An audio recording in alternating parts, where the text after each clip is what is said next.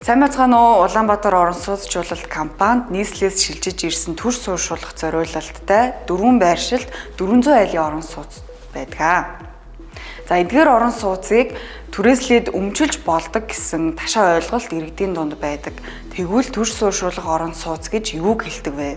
Ашиглалтын шаардлага хангахгүй нийтийн зориулалттай орон сууцыг буулган дахин барилгажуулах төсөл мөн гэр хорооллын дахин төлөвлөлтөнд газар байраа чөлөөлсөн иргэд оршин суугчдыг төр хугацаагаар байршуулах зориулалттай орон сууцыг хэлдэг. Тухайн иргэд барилгын төслийн ажлыг дуусгах хүртэлх хугацаанд гэрээний дагуу ашиглалтын төлбөрөө төлөөд төр хугацаанд суурьшна гэсэн үг. Одоогийн байдлаар Улаанбаатар орон сууцчлалт компани төр суурьшуулах байранд 16 компани төсөлд хамрагдсан иргэд оршин сууж байна. Анхаарал хандуулсанд баярлалаа.